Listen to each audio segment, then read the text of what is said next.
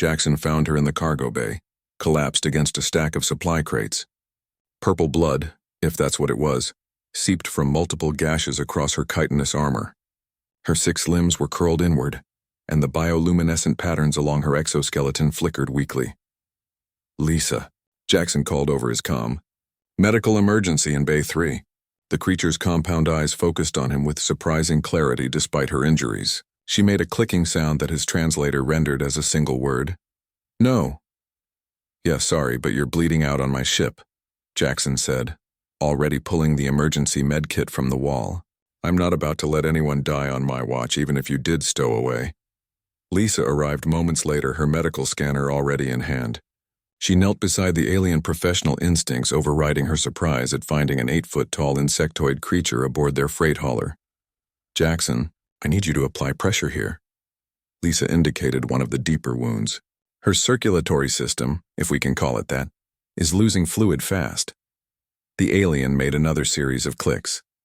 "You should not waste resources. I am enemy. Jackson pressed a gauze pad against the wound, ignoring the alien's protest. "Lady, I don't even know what species you are. How can you be my enemy?" "I am Zarketh," the creature said, her translator making her voice sound oddly melodic despite her obvious pain. "The Hive fleets. You know this designation, yes?" Lisa's hands froze for just a moment. Everyone in colonized space knew that name. The Zarketh Hive fleets had been terrorizing the Outer Rim for 3 years, destroying colonies, assimilating technology, and leaving nothing but silence in their wake. "Well," Jackson said after a pause, not removing his hand from the wound, "you're bleeding on my ship, which makes you my problem." "Lisa?" Lisa nodded, her jaw set. The Hippocratic Oath doesn't have an exemption clause for hostile aliens. She began sealing the smaller wounds with surgical adhesive. "Though I'm going to need you to explain how you ended up half dead in our cargo bay." The alien, the Zarketh, made a sound that might have been laughter. "Mutiny. Philosophical differences with collective consciousness.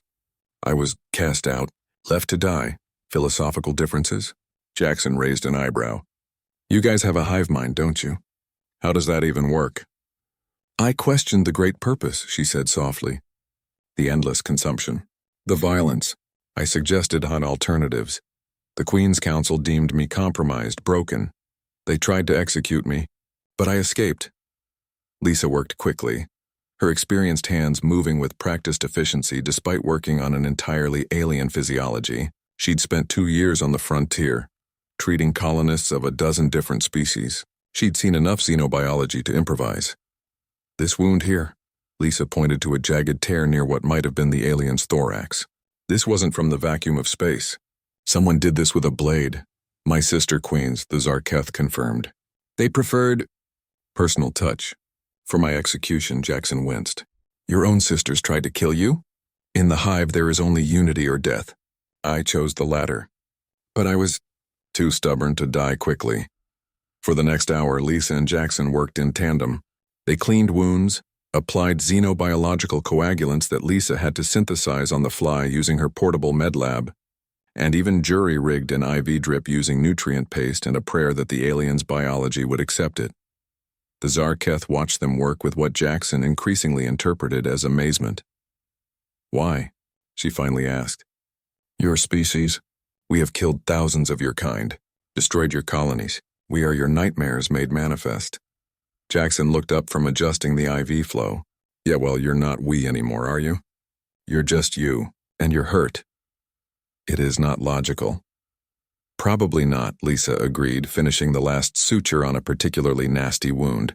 "But humanity doesn't run purely on logic. We run on compassion, stubbornness, and spite in roughly equal measure."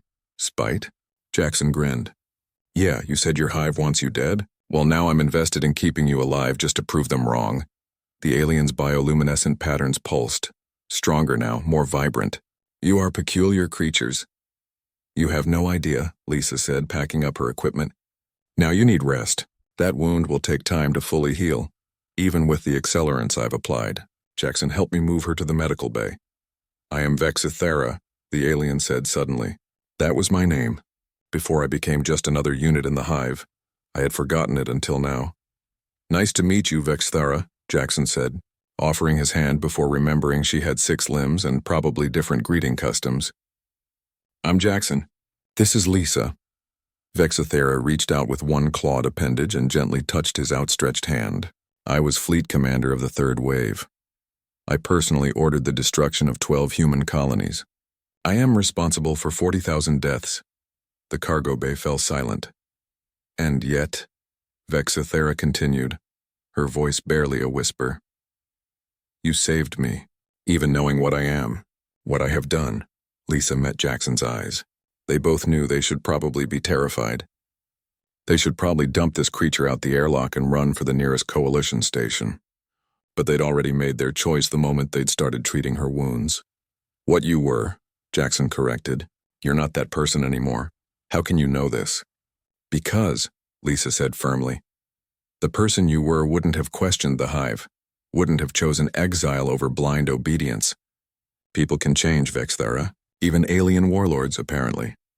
Vexthara's patterns pulsed in a rhythm that her translator couldn't interpret. But somehow both humans understood it anyway. It was gratitude. And perhaps the beginning of hope. What neither Lisa nor Jackson knew, what Vexathera herself had not revealed, was that she hadn't merely been a fleet commander. She was the first queen, the ancient warrior who had founded the hive fleets 3 centuries ago, the most decorated military mind in Zarketh history, the undefeated conqueror of 17 star systems, and now she owed her life to 2 humans with a freight hauler and an inexplicable refusal to let her die. The galaxy, Vexthara thought as they helped her to the medical bay, was about to become a very different place.